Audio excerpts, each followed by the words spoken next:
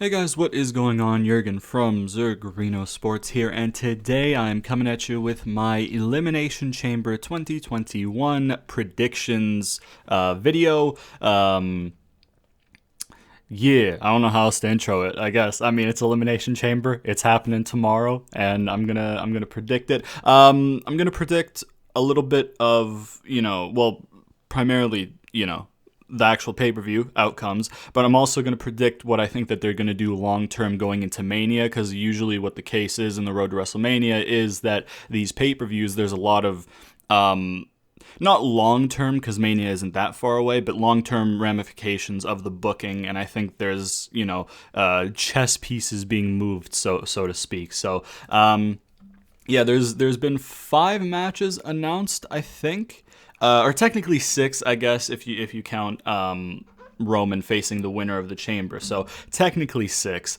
However, they don't have a match graphic for that. They just kind of like lumped it in on their website, the WWE official website. I'm gonna use the match order that WWE's website is putting on there. I don't think that is the actual match order that we will see. Because if that were the case, we're going to end up getting 2 chambers back to back, which is a fucking drain. So I think one's going to start the show and then one's going to end the show. It depends how they're going to do the whole Roman defending thing, I think, on which one is going to go first or not. But before we get into the predictions, right? Quick little self-plug time right here. If you'd like to support me on the channel, you can do so over at Patreon. First link in the description. I've also opened up a Discord server, so if you want to head over there, chat it up, you know what I'm saying. We have a voice channel that we can all hop into to watch Elimination Chamber together. If that's something you're interested in, and then my Twitter is also in the description. Let me know what your guys' predictions are for Elimination Chamber down in the comments below, and if you want, let me know what you would like to happen as opposed to your actual predictions, because that tends to vary with WWE. What you think they're going to do is oftentimes not what you really want them to do. So yeah, leave both down there if you want. Leave one or the other down there if you want, or leave nothing down there if you want. It's all good to me. But I would like those comments, please. I think that's all I have to plug, really. So let's get into it. I think depending on how they're gonna do the Roman defense, I think. So basically, if they're going to have Roman come out immediately after the match, because they didn't really clarify it on SmackDown, if they're going to have Roman come out as soon as the Chamber match is done, kind of like when Edge cashed in against Cena in 2006, you know what I mean? Like, match is done, Cena's celebrating, boom, immediately he cashes in and goes. If they do a similar thing like that to do the parallel to Edge and just be like, hey, Edge, you won the championship by doing it right after the match. I defended the championship by doing it right after the match. I do think that they're going to have that go on last if they do the immediate match.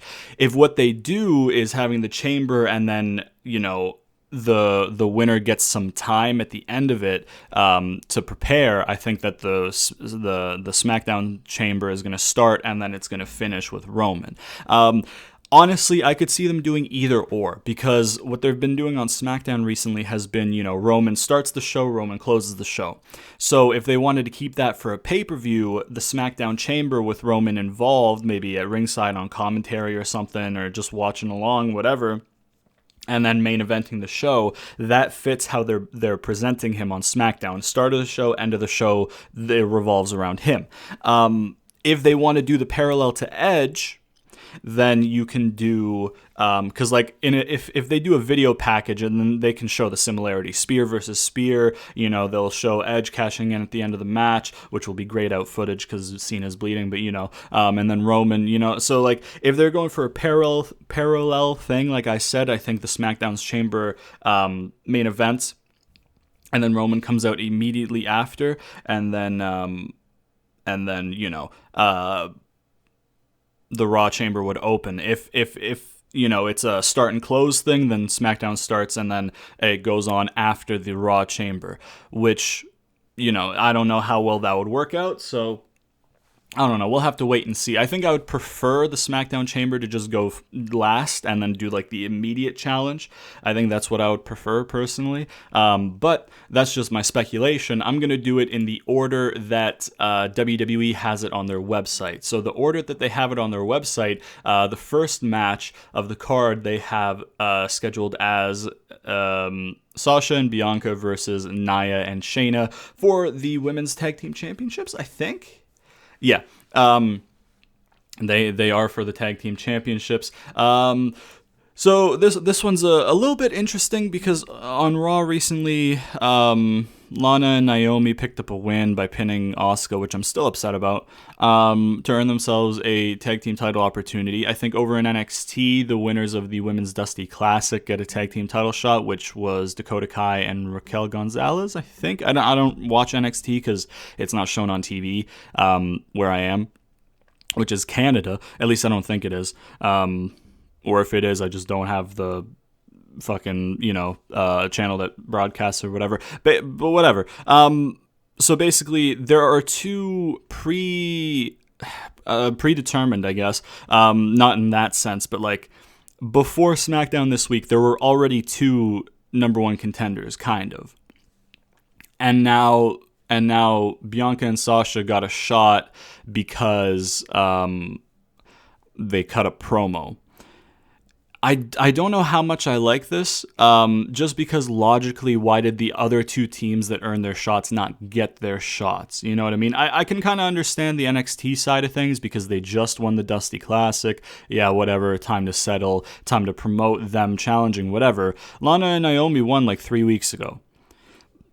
And then they've been building to it on Raw with the singles matches, and then all of a sudden, you know what I mean? In terms of actual predictions, I don't really know what to predict here because there's a couple ways that they could do it. They could do Bianca and Sasha winning the championships, and then do the partners at odds thing. Or they could do Sasha turning heel now, because I think Sasha will turn heel for this. But I feel like it's a little bit too early to turn Sasha heel because then what do you do with a heel Sasha at Fastlane? Them being adamant about having two pay-per-views between Rumble and Mania is just ridiculous. It creates more problems than it does opportunities. It creates more obstacles to overcome in the booking because sometimes like less shows is beneficial for the booking, because if you think of like a really good storyline that has like a 4-week build, for example, and it all makes sense, and then you're like, hey, we have 6 weeks, then you're left with 2 weeks of like, okay, do I just like waffle for those 2 weeks, or do I try and like devalue 2 of the 4 weeks and like split them? Like, you know what, you're and especially with a pay-per-view, put in there, like it kind of derails any like plans that you'd have for like a solid build kind of thing. So I really don't understand the need for Fastlane. I think one pay-per-view between Rumble and Mania is good, because you kind of need to have the brand that didn't win the Rumble, do whatever. So but then again, there's 2 Rumbles now, so you can have a Rumble from each side. But I like having the one pay-per-view. Anyway, that's just a sidebar. So in terms of who I actually think is going to win, I think I don't like Sasha and Bianca. I don't think they can give Bianca a loss. You know what I mean? And unless again Sasha were to turn, or something like that, because then it protects Bianca in the loss because she was turned on. But again, it's just I don't really see them turning Sasha right now. I think maybe they win the tag titles and then Sasha turns at Fastlane when they defend them kind of thing, because they've been doing the whole ha ha, oh, you're my friend, you motherfucker kind of thing, like that they've been doing. And that's definitely going to lead to a turn, and it has to be Sasha. If they turn Bianca, they're fucking blind and dumb and stupid. She's just perfectly in position to be a top babyface right now. But so I think I'm going to say that Sasha and Bianca are going to win, because I just think it's a little bit too early to turn Sasha because they need to pay off the Reginald stuff as well. Then again, you could talk about the Reginald stuff of being that Sasha kind of turned and then Reginald's like a decoy to maybe make you think that he's going to turn and then give another opportunity for Carmella, but then they do a little tricky on us and then have Sasha turn heel with Reginald or something like that. But I don't know really where that would leave Carmella. So I think my like official prediction, I guess, will be Sasha and Bianca, just because I think it would be ill-advised to give Bianca a loss right after the Rumble. And regardless of if it's, a turn or whatever. And then I think it's just too early to turn Sasha. So I think maybe they win the tag titles now, and then they lose them at the next pay-per-view to like Lana and Naomi or to Dakota Kai and Raquel Gonzalez. So I think I'm going to go with Sasha and Bianca to win this one. It's just, it depends on how they want to book it, and I really do think it's too soon for the Sasha turn. I think they need to, if they are doing another pay-per-view, they need to kind of tease it a little bit and then, go for it. So I guess that's what I'll predict for that, Sasha and Bianca to win the but then again, fucking Nia and Shayna just won them. Yeah, I'll stick with Sasha and Bianca. I'll stick with that, sure. That's going to be my prediction for that match. On to Lacey versus Asuka for the Women's Championship, which they are still advertising despite, Lacey's pregnancy reportedly being a legit pregnancy. So what I do think they're going to end up doing is having Asuka come out and just cutting an open challenge or, presenting an open challenge. Now, there's a couple ways that they can go about this. There's the way of Naomi coming out and being like, hey, I pinned you. Give me that shot, whatever. I don't really want to see that. Naomi hasn't been built up enough for anything like that, really. Plus, she's doing the whole Lana thing. Plus, you just brought her back. Giving her a big loss like that might not be the best idea. However, the two options that I would like to see kind of differ in who wins and who loses, I think. No. I think Asuka should probably retain either way here. Okay, so one idea that I had, I'm sure other people have thought of it, but one thing I'd like to see is give Peyton the shot. Have Peyton take the place of Lacey. Maybe just be like, hey, you know what? I pulled strings with management. Peyton's taking my spot, Asuka, and then blah, blah, blah. Or, you know what I mean? Or just have the open challenge and have Peyton answer the open challenge. Now, in a Peyton title shot, I wouldn't want her to win. Well, base level, I want Peyton to be a women's champion eventually, a singles women's champion, because I think she's really good and I think she has a lot of potential. But right now, she hasn't been built up enough, and that's WWE's fault, even though they split her and Billie up for no reason, or for the reason of giving her a singles push, and then they didn't do it. But anyways, having, I think like a prove yourself match against Asuka, you know what I mean? Like getting put over in defeat kind of thing, like the valiant effort rub, I guess, would be really good for Peyton here. Have Peyton like push Asuka to her limit kind of thing out of nowhere and just show that she's capable of being a women's championship competitor. She just needs to, put the pieces together kind of thing, and then you can build onto that for post-Mania. Now, the other thing that I think they might do is have Rhea Ripley debut. Rhea Ripley was in the Rumble. She was part of the final two. It was between her and Bianca, really, that were the favorites to win it in terms of logical booking. Obviously, Charlotte was definitely a favorite to win in terms of Vince likes Charlotte booking. But they picked the right choice with Bianca. Rhea got a like a star-making performance, I would say, in the Rumble. And the visual of her and Bianca on the apron, when they both like almost got eliminated or whatever, great. They could do some magic down in the future. But basically, if Rhea accepts the challenge, you could go a couple ways with it. You could make her an instant star and have her win the championship off Asuka, because let's face it, Lacey was going to win the championship. They were going to do Lacey and Charlotte at Mania in a Charlotte doesn't need her father gimmick. That's what they were going to do. Okay. So if they really don't know what to do with Asuka, which is a shame because Asuka's phenomenal. I don't know why they don't know how to book her, but it is what it is. They could have Rhea win the championship, and then they could have whatever they want to do after that. They could also maybe turn Charlotte heel, which I don't know if they want to do because they were planning on doing Charlotte as a face against Lacey, which, once again, you guys are dumb. WWE or Vince, or it's definitely a Vince rivalry. Nobody on creative came up with that, and Vince was like, yeah, I like it, pal. He was like, hey, we're doing this, write it.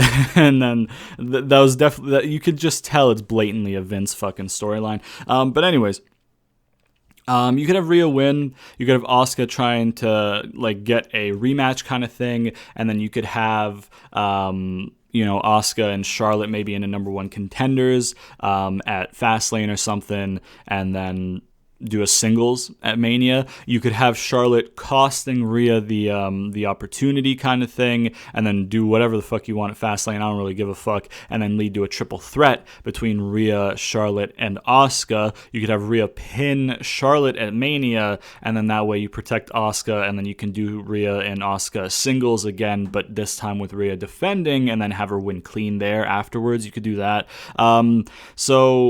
Yeah, if they're trying to do something long term, and if they even go ahead with the match, I'm recording this right now. It is 5:34 p.m. on the 20th, so the day before the pay-per-view. I don't know when this is going to be uploaded. Probably around 8 or 9 or something like that. EST at least, not Bianca, but Eastern Standard Time. There's I don't know, because if they want to do something for long term, I think Rhea winning could be something. I don't know if they're ready to put Rhea on Raw, though, because the reports that I've read or I've seen on Twitter or whatever is that they don't know where they want to put Rhea. I feel like putting her on SmackDown wouldn't really do well for her because they've got a stacked division, but it's just a shallow division. So if they maybe brought some lower card talent into that division instead of Rhea, who should be at the top of the card, plus that would interfere with Bianca and Sasha. So I think Raw is the natural fit for Rhea. So yeah, I'm just gonna play it safe, I guess, and go for Asuka to retain in case they do something like Peyton, or they do maybe Charlotte answers the call, and then they have Charlotte go in there, and then maybe Charlotte turns heel because she couldn't beat Asuka, kind of thing. They could do that as well. I'm gonna go for a Asuka retention, and I'm gonna predict that it's gonna be either Peyton or Rhea Ripley. Or Charlotte, I guess. I'm not going to predict the person. All I'm going to predict, I guess, is that Asuka retains. So I'll say that. Asuka retains is, I think, what they're going to do with that match. Once again, if it goes ahead, they're still advertising it right now, but maybe they pull it last minute kind of thing. I don't know. Another match that could be subject to change is the triple threat match for the United States Championship. Now, Bobby Lashley, defending champion, big fucking meat castle, beating people up, taking no prisoners, brother. He's murdering people, and I love it. It's vicious Bobby Lashley. It's Lashley from Impact in 2014, 2015, just walking Armageddon, so just fantastic. Riddle's in there, who's a really good wrestler, and then you got Keith Lee in there, who's also really good. I've mentioned my thoughts on Keith Lee in the past. A lot of people that I talk to about wrestling, they see Keith Lee as like a big main event guy, WWE champion guy, the guy who should dethrone Drew. He's just missing something for me, and I can't even place what he's missing. But he's just missing something for me that makes him like from a, solid upper mid-card guy to a main event guy. Granted, my opinion doesn't matter. I'm just some fat kid on the internet. But, just for me personally, he's missing something. And I've thought so hard about it. I don't know what he's missing that could make me see him as a main event guy. I know it's missing, but I just don't know what it is. I don't understand it. And I want to be on board with him as a main event guy. I don't feel it. But I don't know. Maybe that'll change in the future. But in terms of this match, I think logically, regardless of who's in the match and who might get cut from the match, Lashley has to defend the championship. Lashley can lose it at Mania, but Lashley has to keep it until Mania. I think if it goes ahead as a triple threat, I think what we might see is Lashley pinning Riddle and then keeping Keith Lee strong, and then maybe you can have Keith Lee beat Lashley for it at Mania. I don't know what they would do at Fastlane for that. Maybe like a number one contenders with other people as well. Maybe throw AJ in there. Maybe throw Jeff in there or something like that. Maybe have like a fatal four-way number one contenders kind of thing. Keith Lee, Riddle, and two other people. And then, have Keith Lee win that and then whatever. But I think if it's a singles match, Lashley wins. If it's a triple threat, Lashley wins. I think my prediction stays the same regardless. I just think if it's a triple threat, Riddle takes the pin, and then they save Keith Lee versus Lashley in a singles for Mania, where Keith Lee can win the U.S. Championship at Mania, and then Bobby can graduate into the WWE title picture, and then maybe take on Drew and be the one to dethrone Drew after Mania, because I think Mania should be a retention for Drew. Granted, I don't know if they will do that, but we'll see. So, my prediction for that, regardless of if Keith Lee gets taken out of it, they're reporting it as him suffering from injuries. I don't know if that's just them covering up the COVID shit or if it actually just is he got hurt. I really don't know. So, either way, if he's pulled from the match, I think Lashley wins. If he's in the match, I think Lashley wins. It's not sensible to take the title off Lashley. It hasn't run its course yet. Give the title win against Lashley to somebody huge, you know what I mean? In terms of somebody with a lot of momentum. I don't think Keith Lee has that momentum yet. If Riddle wins the championship, it makes Lashley look like shit, honestly, because Lashley's dominant. He's killing people. Riddle's been losing a lot. And it's just, you know what I mean? But yeah, so Lashley to retain, whether it's a singles or a triple threat for me. And then on the website, the next one they have is the SmackDown Elimination Chamber. I've mentioned in my SmackDown reviews, I don't like Sami and Corbin being in here, but that's fine. In terms of who is actually going to win, I think, I'll tell you what I would like to happen. I would tell you what I'm worried will happen. And I'm going to tell you a couple thoughts that I have that might happen. So here we go. I think that what I would like to happen is Cesaro gets in there as one of the first two. He goes the whole chamber and he wins the chamber. And then I want them to have the World Championship match, or the Universal Championship match, actually, we'll get to that, immediately after, like when Edge cashed in on Cena. I want Roman to go for a spear right off the beginning. I want Cesaro to kick out. I want Roman to go for another spear. I want Cesaro to kick out. I want Cesaro to be rallying the whole time, like scratching and clawing. Roman goes for a third spear. Cesaro, jumps up, gets a flurry of offense, hits his finish on Roman, but Roman, kicks out, and then Roman wakes up and he's like, oh, fuck, this guy's a threat. And then Roman just obliterates him. And then that can set up Cesaro and Roman at Fastlane when Cesaro's like, hey, Roman, I just survived the chamber and you could barely beat me.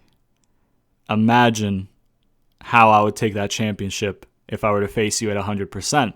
And then you could lead to them at Fastlane. And then at Fastlane, you could have good old Seth Rollins screw Cesaro over out of the championship, leading to Cesaro and Seth at Mania, with Cesaro getting a clean win over Seth at Mania.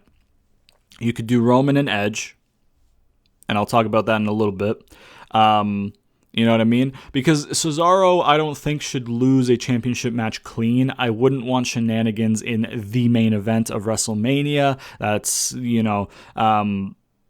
So I wouldn't want Cesaro losing clean, fully 100% rested to Roman at Mania. I think Cesaro should probably be the guy to beat Roman after Mania down the line, maybe around SummerSlam. And then whatever. So I think it's a good way to use Seth to put over Cesaro, because Seth doesn't really need a Mania win. Seth is a top guy. They've positioned him as such over the recent years, so he can take a Mania loss. I don't think Roman should lose at Mania, regardless of who he's facing, even though I would love Cesaro to win. I think Cesaro should beat Roman further down the line. I think... Yeah, so I would love to see that happen. I honestly think that they might do it. I don't know if they'll do it the exact way I did it with, Roman coming in immediately after and then kicking out of 2 spears and then rally and then almost gets a finish. Then, he turns on and kills him kind of thing. I don't know if they'll do that specifically. I don't know if they'll do Cesaro from 1 and surviving the whole thing. They might give Cesaro the whole, starts at 1 and he's the last one eliminated kind of thing.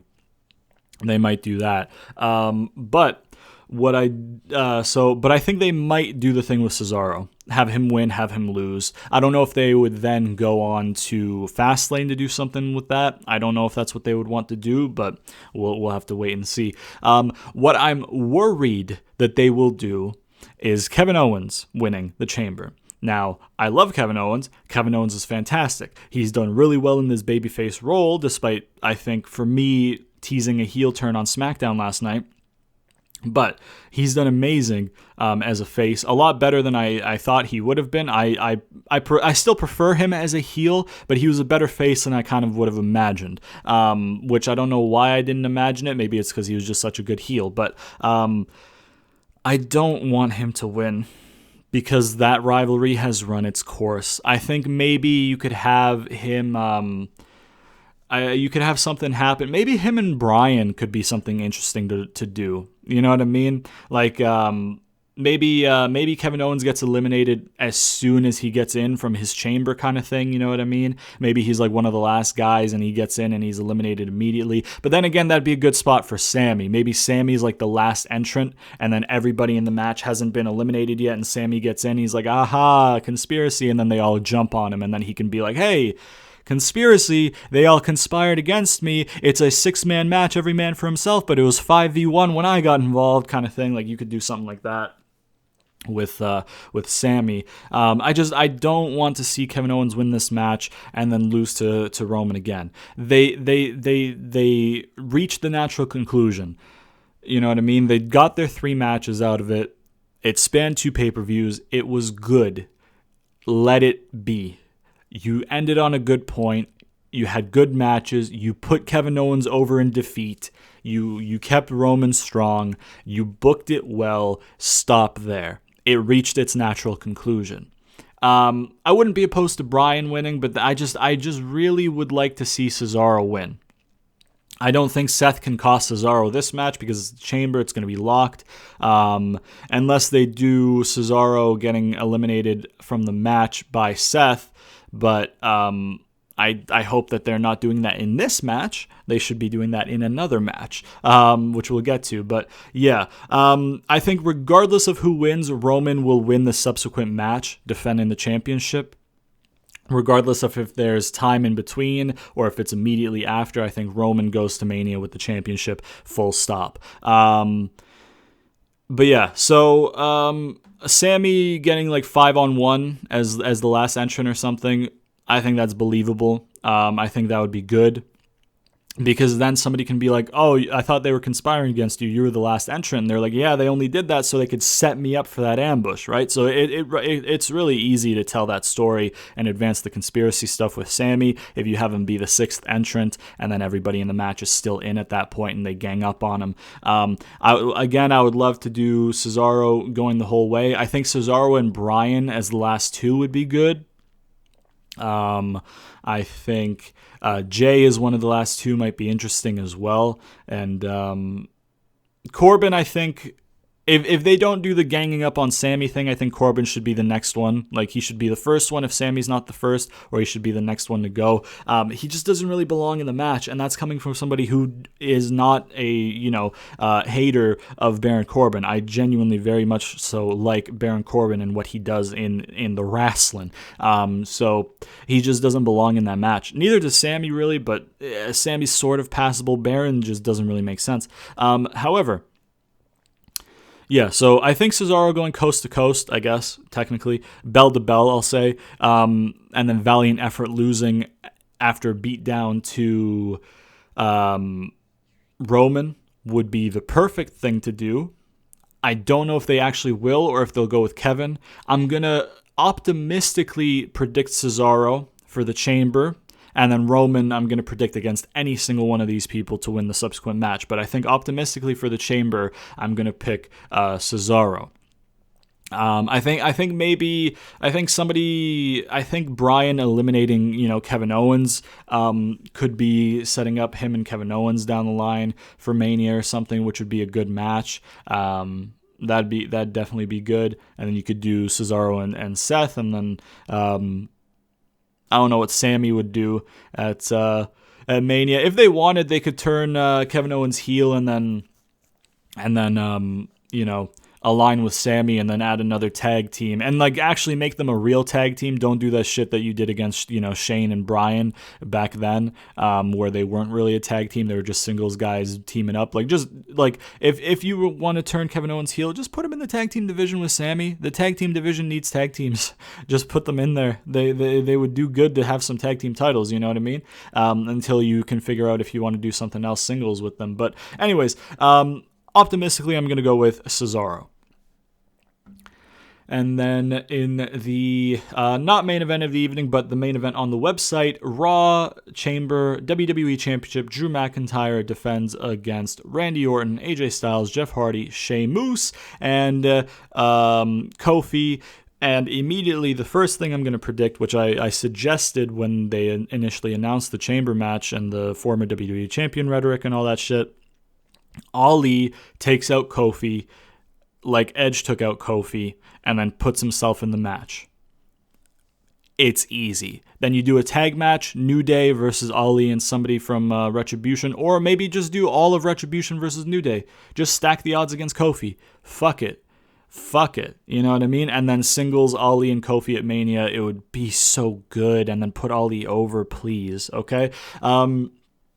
But anyways, so my first prediction is before the match starts, Kofi gets attacked by Ali. Maybe just only Ali, maybe the whole of Retribution. I don't really know. I don't really care. If Woods is coming out with him, then you kind of need all of Retribution. But if it's just Kofi coming out there, then, just Ali taking him out and then getting in kind of thing. And then maybe Woods could run down and then Ali could have one of the chamber slots at the front of the cage. So, while Woods is checking on Kofi on the outside, he can stare at Ali and Ali can stare at him through the cage kind of thing. That'd be a good visual. So I think immediately Ali gets put in instead of Kofi with the whole Edge spot. I think that's perfect. So I would go ahead and do that. Now, there's going to be some spooky shit with Randy to get him eliminated. We know that.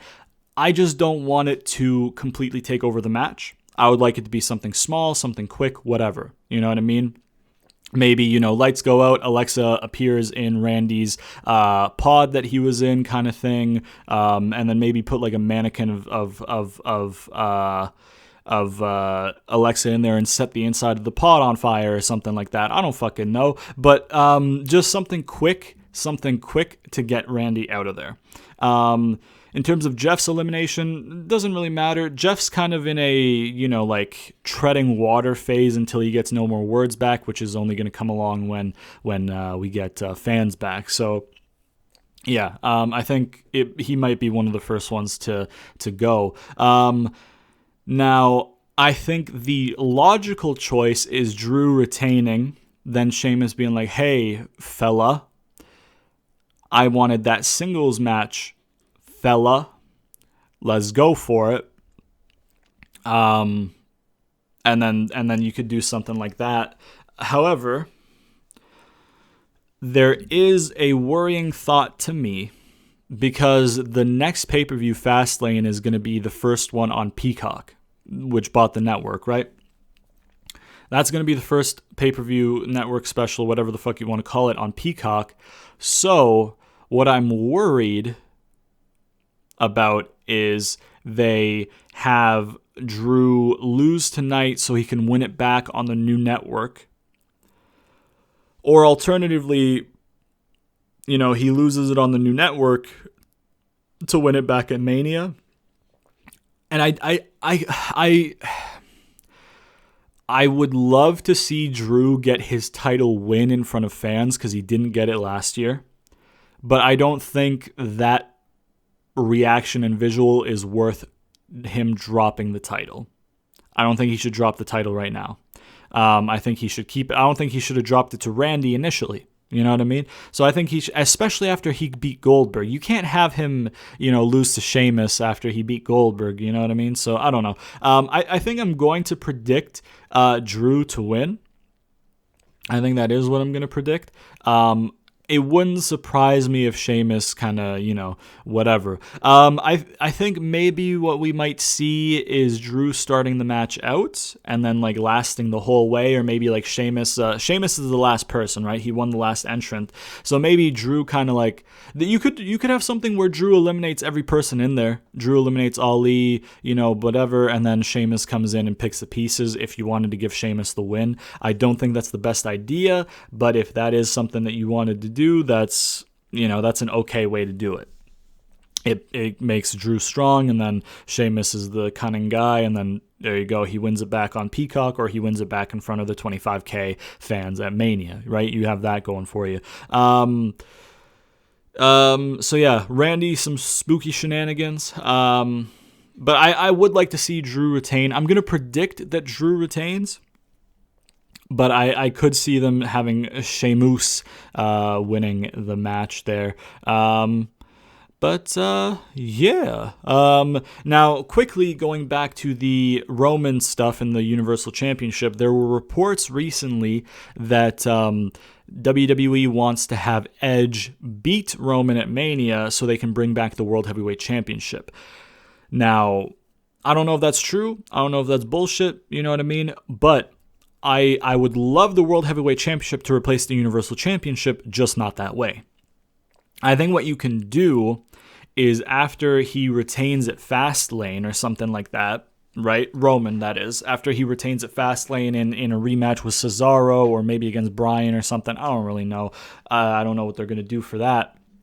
But when he retains at Fastlane, the next SmackDown... but Edge is... Edge is making his choice after Chamber, isn't he? I think that's what they're doing, isn't it? Okay, then just have him on the SmackDown this week. Just have Roman come out with the sack, the velvet sack or whatever the fuck that carries the championships, and just have him be like, hey, Edge, I proved on Sunday why I'm the main event, and if being the main event isn't enough to open your eyes to the fact that I am your one and only option, I went ahead and pulled some strings. The Universal Championship is no more, and I had this reinstated. And he pulls out the World Heavyweight Championship. If you really want to win the title that you never lost, I'm your choice. You could have him do something like that. To bring back the world title, then you can have Edge versus Roman. Boom, it works out perfectly. It gets the title back, which if that is what they want to do, I think that's much better than having Edge beat Roman. Yeah, but we'll have to wait and see what they do with that. So, anyways, that is my predictions. I'll just quickly run through them, I guess. Again, Sasha and Bianca to win the tag titles, Asuka to retain the women's championship, Lashley to retain the United States championship, Cesaro to win the Chamber and then lose to Roman, and then Drew to retain the championship are my official predictions. And then all the other little stuff I mentioned are also, I guess, minor predictions and stuff like that in there. So, yeah, that's my predictions for Elimination Chamber 2021. Let me know what you guys think will happen down in the comments below. Once again, if you'd like to support me in the channel, you can do so over at Patreon. First link in the description. If you'd like to join the Discord server, the link is also in the description, as well as my Twitter if you want to follow me over there. At the end cards at the end of the video, you can check out some of the other stuff I do on the channel, primarily gameplay stuff. So check that out if you are interested. And be sure to sponsor me. Peasty, obligatory sponsor me gimmick. Got to get it in there. Peasty, please sponsor me. Be sure to turn on notifications so you never miss an episode, because YouTube likes to zuck your boy. And I'll put my videos in your sub boxes, so by pressing that nice old bell icon, you'll get a push notification anytime I do upload, and you'll never have to miss it.